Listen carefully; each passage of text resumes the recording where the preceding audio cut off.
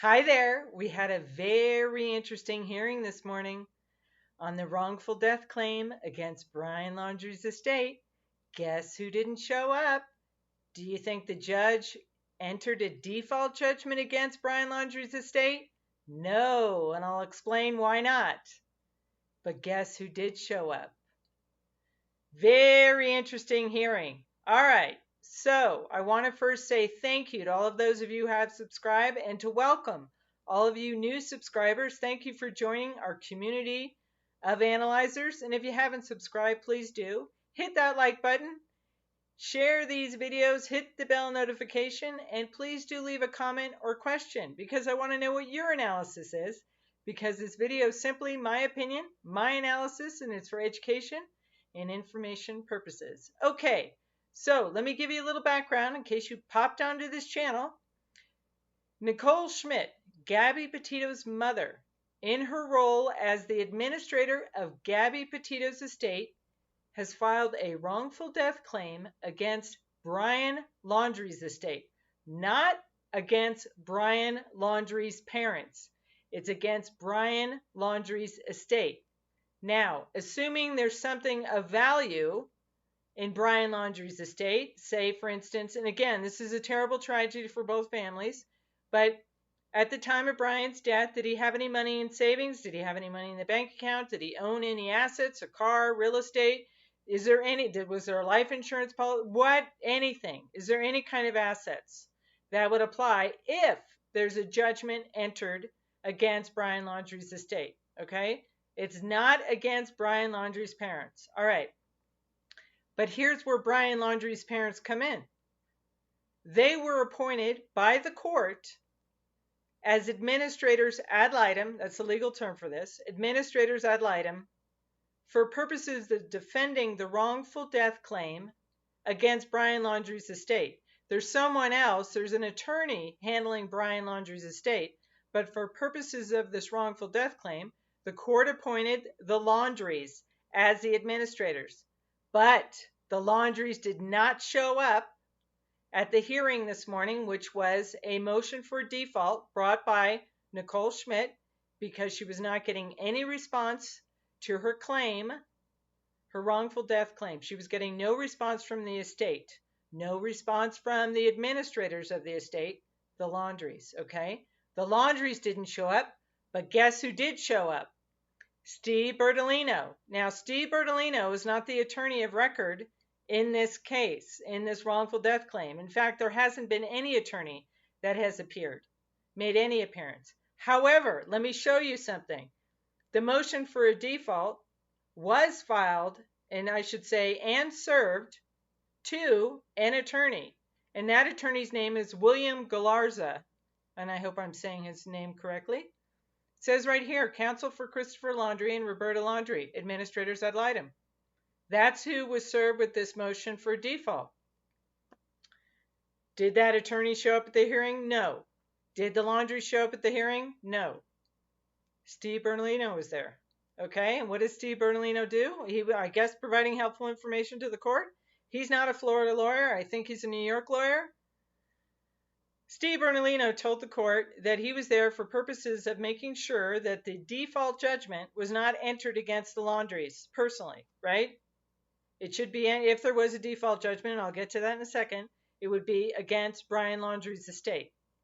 So Steve Bertolino's there to make sure that there's no judgment against the Laundries. Very interesting. Steve Bertolino also said, because the court is, let me get to that in a second, but the judge, because no one appeared on behalf of the estate, the judge issued a default, but a default judgment against Brian Laundrie's estate.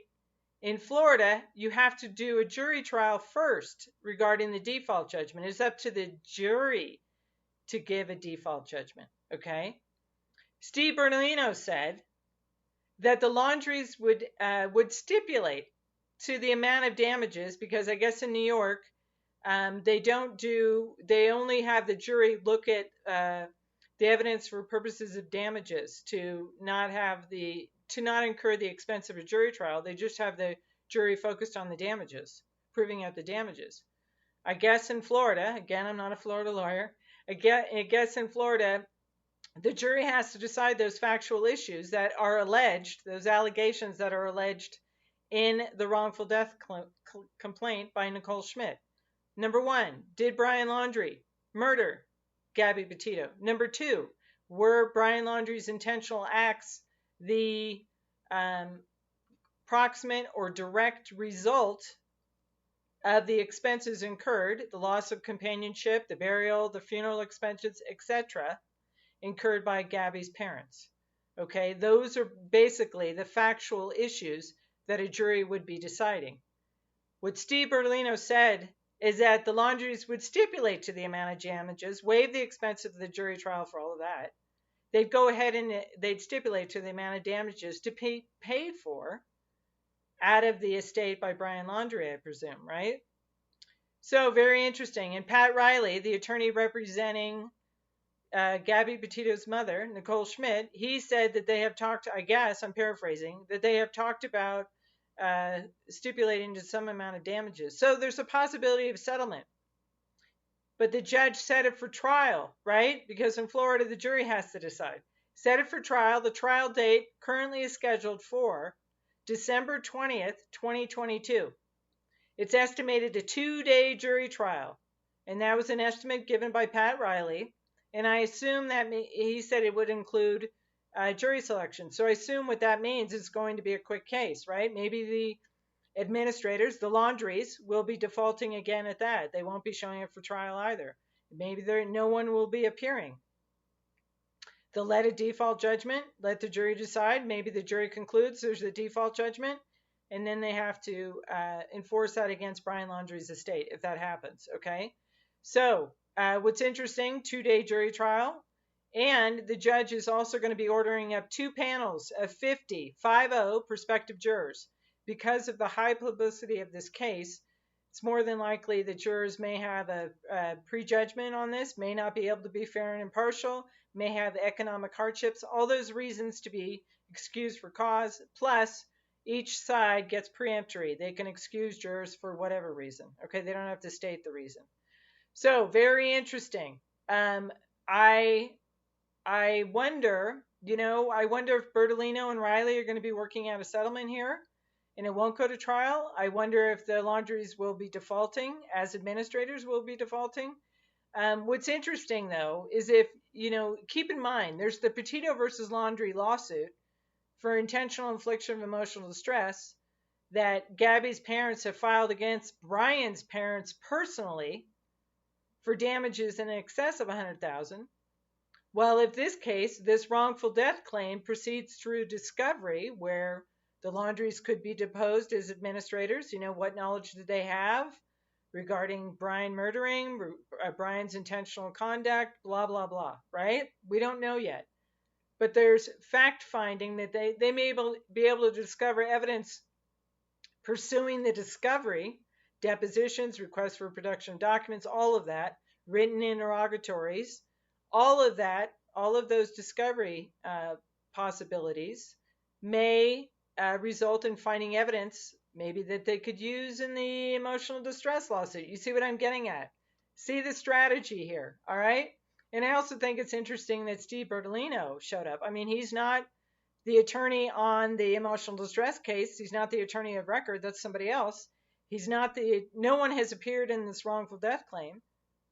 But, we'll see what happens. So, what do you think? What do you think? Do you think the Laundries as administrators will default on behalf of Brian Laundrie's estate? Maybe there's nothing in Brian Laundrie's estate. I don't know. Do you think the Laundries will show up for trial? What do you think they're going to do during discovery? They're going to show up at depositions as the administrator?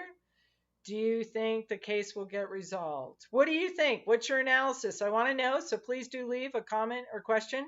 Hit that like button.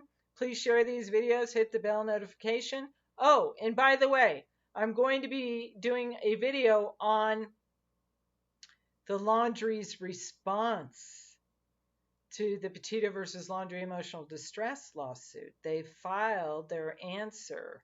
Very interesting. I'm going to do a video on that. So, these cases are interesting because, there's the Ethan Crumbley case, right? The teenager who shot and killed several students, and his parents are also being charged with involuntary manslaughter. Again, parents culpable for what their children do.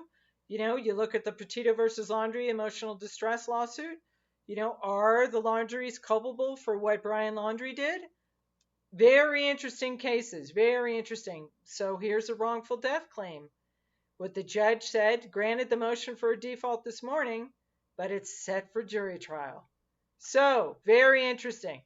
All right, hit that like button. Please share the videos, leave a comment or question, and please do subscribe. Thank you so much for watching.